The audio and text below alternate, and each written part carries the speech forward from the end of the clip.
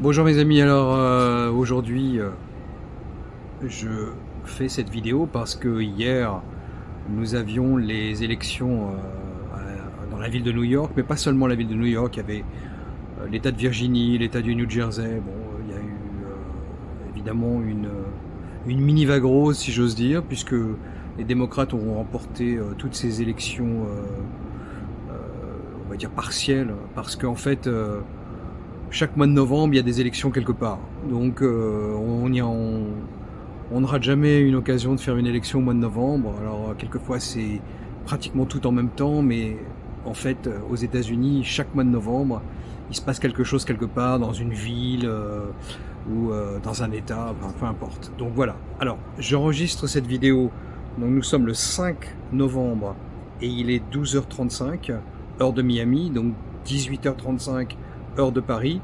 Je mets ça sur vidéo parce que je vais vous expliquer pourquoi je donne cette indication précise. Alors, comme c'était prévu par les sondages, comme c'était prévu par les sites de pronostics qui sont très à la mode aux États-Unis, d'ailleurs, où beaucoup de gens parient et font des sous des fois, ou en perdent, bon, comme dans tous les paris d'ailleurs. Donc ils avaient pronostiqué une victoire à 94% de Mamdani sur Cuomo. Et effectivement, il a gagné. Alors il a gagné avec une très bonne majorité, à plus de 50%. Faut savoir qu'aux États-Unis, on peut gagner des élections même avec moins de 50%, puisque c'est pas un système majoritaire, c'est un système où il faut avoir le plus grand nombre de voix, voilà, pour remporter l'élection. Il n'y a pas de deux tours, il y a seulement un tour, puisque le premier tour en fait, ce sont les primaires. Et d'ailleurs, j'avais parlé cet été des primaires démocrates, et j'avais parlé de Mamdani, j'avais parlé de son profil, etc. Donc je ne vais pas reprendre ça ici. Je vais vous faire une analyse un petit peu plus, comment dire, un petit peu plus circonstancielle. C'est-à-dire que je vais essayer d'expliquer le contexte et aussi les conséquences. Bon, alors. Le contexte. On a une ville de New York qui est effectivement cosmopolite. Tout le monde connaît New York, tout le monde aime bien aller à New York. Les Français adorent aller à New York pour faire leurs emplettes, pour acheter des tennis, des t-shirts, des trucs comme ça, pour visiter. Bon, voilà, les Européens adorent New York. New York n'est pas la ville la plus européenne des États-Unis. Boston est beaucoup plus européenne, mais peu importe. Ça, c'est un détail. Donc, la population de New York a pas beaucoup évolué ces dernières années. Je ne vais pas vous faire un historique de New York, mais en fait les classes moyennes ont été plus ou moins éliminées par beaucoup de choses. D'abord par le crime, par la saleté de la ville dans les années 60-70. Il y a une très bonne série de films, Un justicier dans la ville avec Charles Bronson. Je crois que c'est ça le titre en français. Et il en a fait 4 ou 5 comme ça, et ça se passe souvent à New York, et on voit le New York des années 60-70, c'était pourri. Le seul qui a remis de l'ordre, c'est à partir des années 90, Rudy Giuliani. C'est lui qui a remis de l'ordre, qui a fait une politique très agressive de répression de la petite criminalité, et c'est comme ça qu'il a fait de New York, qu'il a refait de New York une ville attractive. Mais les classes moyennes avaient quitté New York pour aller autour de la ville de New York, New Jersey, Connecticut, ou au nord de la ville de New York, on appelle ça upstate, c'est-à-dire au nord de New York, le nord de l'État. Donc voilà, donc les gens avaient quitté New York pour avoir une vie plus paisible, plus calme, etc. Des meilleures conditions de vie, une meilleure qualité de vie. Donc qui est resté à New York? Je vous le dis carrément, les riches et les pauvres. Les classes moyennes ont été pratiquement éliminées de New York depuis, on va dire, une quarantaine d'années. Et alors pourquoi les riches et les pauvres? Les riches parce que on a construit des très beaux immeubles, ou alors on a conservé des immeubles qui dataient du 19e ou du début du 20e. Donc on a fait un effort de restauration. Évidemment, qui peut se permettre ces restaurations? C'est les riches. très beaux immeubles dans l'Upper West Side, dans l'Upper East Side. Enfin, ceux qui connaissent New York vont très vite identifier de quoi je parle. Bon, il y a des quartiers comme le Lower East Side ou East Village qui étaient pourris, qui ont été gentrifiés, comme on dit en anglais, en franglais, c'est-à-dire qu'ils ont été rénovés avec les lofts, etc., alors que c'était pourri. Et ils en ont fait des choses extrêmement jolies mais extrêmement chères. Et puis d'un autre côté, on a les pauvres. Et eux, ils ont bénéficié d'une très vieille pratique, on va dire, socialo-new-yorkaise. C'est en fait ce qu'on appelle les public housing, c'est-à-dire les HLM. Et ce sont des habitations à loyer très modéré, mais dans des conditions qui ne sont pas géniales, qui sont gérées par la ville de New York. Donc il y a un antécédent socialiste depuis très longtemps à New York, c'est ce qu'on appelle le public housing.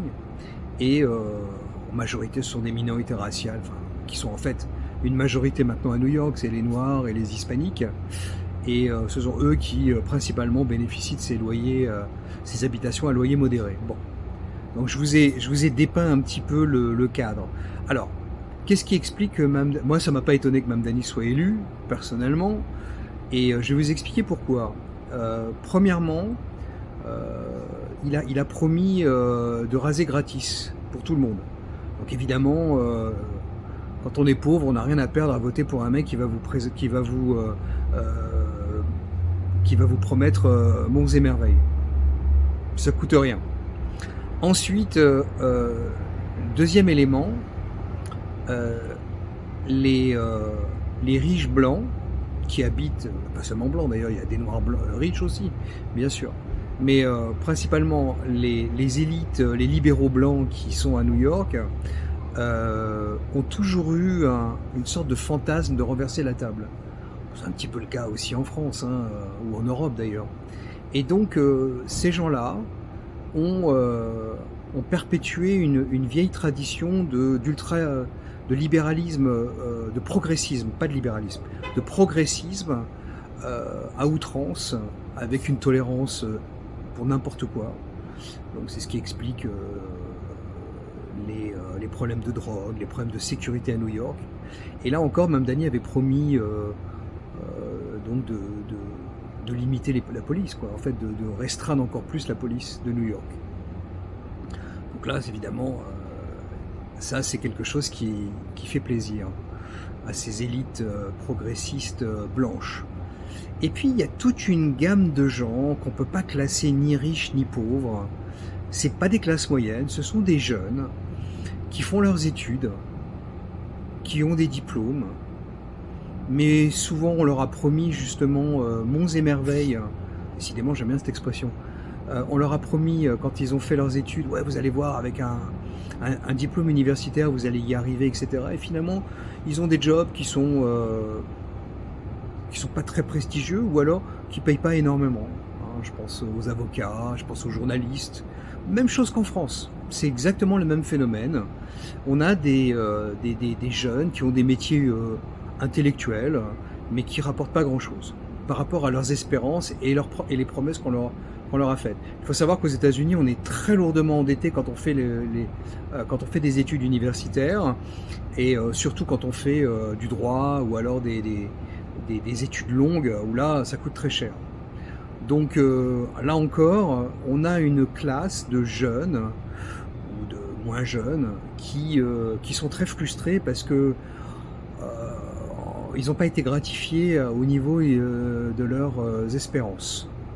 Bon, donc évidemment, la frustration, elle se dirige vers du militantisme, de l'activisme pour tout et n'importe quoi. D'ailleurs, on a vu ce qui s'est passé récemment, depuis 2 ans, après le 7 octobre 2023, et ce qui s'est passé en Israël. On a vu le déchaînement dans les universités et les collèges, y compris à New York, et pas seulement des étudiants, mais aussi des profs. On a vu des manifestations très violentes, antisémites, et en général anti-blanches. Voilà, donc ça c'est très intéressant aussi d'analyser ça de ce point de vue. Alors, est-ce que la campagne de Mamdani a commencé il y a quelques mois? Oui et non. Et je vais vous expliquer, je vais peut-être vous surprendre, mais je pense qu'elle a commencé en 2020, la campagne électorale. Alors, j'espère que vous allez me suivre, je vais être un petit peu long, mais je vais expliquer ça le mieux possible pour que vous compreniez le fond de ma pensée. 2020, on a cette soi-disant pandémie du Covid, et on a toutes ces mesures absurdes qui ont été décrétées par des gens comme Fauci, y compris à New York City d'ailleurs. Il ne faut pas faire d'exception, mais je vous donnerai un bémol là-dessus après. Et donc on a fait la distanciation sociale, les masques, toutes ces mesures qui en fait sont inutiles, étaient inutiles, mais qui permettaient en fait une neuroprogrammation linguistique, hein, la célèbre NPL, c'est-à-dire la propagande qui permettait au pouvoir en place, et je blâme Trump pour ça parce qu'il a laissé faire, même s'il n'avait pas la maîtrise de l'État profond à l'époque, il était, moi je le prends pour responsable quand même. Il a laissé faire des gens comme Fauci qui ont fait n'importe quoi et qui nous ont intoxiqués de propagande complètement ridicule. Et ça a reprogrammé les gens dans leur façon d'obéir, dans leur façon de voir les autres. Moi je me rappelle, hein, tu mettais pas ton masque, t'étais insulté, t'es un criminel, tu vas tuer mamie, tu vas tuer mon père, tu vas tuer ma mère, etc. etc. Toutes ces conneries, quoi. Bon. Et je vous parle même pas des vaccinodromes dans le Yankee Stadium à 3-4 heures du matin, où on nous disait allez-y, faites-vous vacciner, machin, par des gens, on sait même pas qui c'était d'ailleurs. Bon bref, tout ça c'était complètement dingue et absurde, et les gens ont complètement du panurgisme, c'est-à-dire qu'ils ont tous obéi et ils ont suivi comme des petits moutons. Donc ça, c'est un point essentiel pour comprendre ce qui se passe aujourd'hui et ce qui se passera demain. Donc voilà, donc ça c'est la première étape. Ensuite, il y a eu le 7 octobre 2023, j'en ai parlé, où là on a laissé déchaîner toutes les passions, on va dire, qui relèvent plutôt de maladies mentales, pur antisémitisme, dans une ville qui est historiquement très juive. Il y a plus d'1,5 million de juifs qui habitent à New York City, il faut savoir ça. Donc on a cette situation en fait de propagande, puis de déchaînement, grâce à la propagande des médias d'ailleurs, hein. Quand on prononce 10 fois le mot génocide, on va y croire. Quand on prononce 10 fois le mot famine, on va y croire. Surtout quand on n'a pas une bonne base culturelle, quand on connaît mal l'histoire, quand on ne définit pas les mots qu'on emploie. Parce que balancer un mot sans savoir ce qu'il signifie vraiment, juridiquement, historiquement, culturellement, bah on comprend rien, on répète, on est des robots. Bah voilà, bah c'est exactement ça. Et comme je vous parlais de frustration et de militantisme qui permettait en fait de mettre la frustration quelque part, eh ben voilà, vous avez la recette. Donc tout ça, ça a fait la base, ça a fait le lit de la campagne de Mamdani. Mamdani est quelqu'un qui est arrivé aux États-Unis en 2018. Donc on ne peut pas imaginer que derrière Mamdani, il n'y a rien. Il y a juste un mouvement spontané. Non, non, non, non, non. En fait, ce type est financé soit par des milliardaires américains de gauche, suivez mon regard, Soros, Zuckerberg, tous ces mecs-là, des juifs d'ailleurs, c'est ça qui est extraordinaire, et des juifs qui ont voté pour Mamdani aussi, une grosse majorité. Et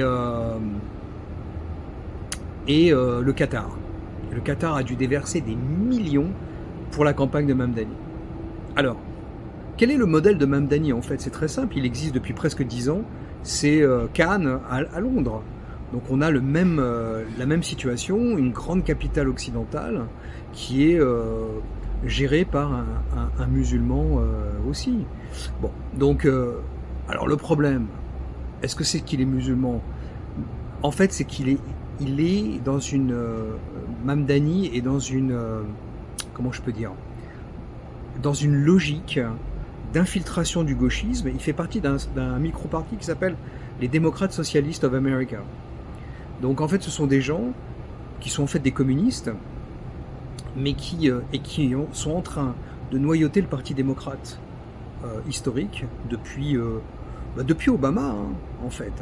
Si j'avais envie de revenir encore plus loin que 2020, bah, je pourrais parler d'Obama aussi, qui était aussi le premier président musulman des États-Unis. Donc bon, on a un... C'est pas une rumeur, c'est la vérité. Et donc on a si vous voulez, une base politique et idéologique qui est très très très précise. C'est du communisme infiltré par de l'islamisme. Je ne vais pas tourner autour des mots, je vais vous dire les choses telles que je les pense et telles qu'elles sont. Donc on a en fait, si vous voulez, une situation aujourd'hui où une des plus grandes villes américaines est tombée entre les mains de facto des islamistes. Alors, est-ce que ça va pour autant affecter les gens au quotidien? Moi je ne crois pas tout de suite, hein, c'est les conséquences. Je crois que ça va se faire très lentement. On ne peut pas, dans un pays comme les États-Unis, faire les choses brusquement parce que ça ne marche pas. Il faut que ce soit lent et il faut que ce soit imperceptible sur le court terme. Mais sur le long terme, on verra l'évolution. Et je pense que notre ami Mamdani va poser ses pions. Il va être très bien conseillé et il va poser ses pions très lentement. Et il a la majorité au conseil municipal de New York, de la ville de New York. Donc il va pouvoir faire beaucoup de choses. Et alors politiquement, évidemment, ça va aider beaucoup Trump, parce qu'il va dire, regardez, c'est ça le nouveau parti démocrate, c'est ce que vous voulez pour les midterms. Ah, les midterms, c'est l'année prochaine. Est-ce que c'est ça que vous voulez pour les midterms? Donc ça va beaucoup aider Trump pour les midterms. Ça, c'est un cadeau en or pour Trump. Donc on peut dire d'une certaine façon que Trump, ça l'arrange énormément. Donc c'est sur le dos des New-Yorkais, mais c'est pas grave. Pas les New-Yorkais qui n'ont pas voté pour Mamdani. À propos, je viens de me rappeler, j'avais oublié de mentionner que l'opposant de Mamdani, c'était l'ancien gouverneur de New York, Cuomo, qui avait démissionné parce qu'il avait, je crois qu'il avait eu une affaire avec un membre de son staff. En fait, bon, il avait été responsable aussi d'une politique covidiste qui avait tué des milliers et des milliers de retraités dans les maisons de retraite. Hein, vous n'avez qu'à regarder un petit peu les archives d'il y a quelques années, vous verrez, Cuomo a pris de très mauvaises décisions pendant le Covid. Donc, et c'était le choix qu'on donnait aux New-Yorkais. Donc, évidemment, les gens, ils ont été, ceux qui voulaient pas de Mamdani ont voté pour lui, mais en se pinçant le nez. Mais il y en a d'autres qui ont voté pour un troisième candidat qui s'appelle Curtis Sliwa. C'est le type qui a le béret, là, qui se promenait dans le métro dans les années 70 pour...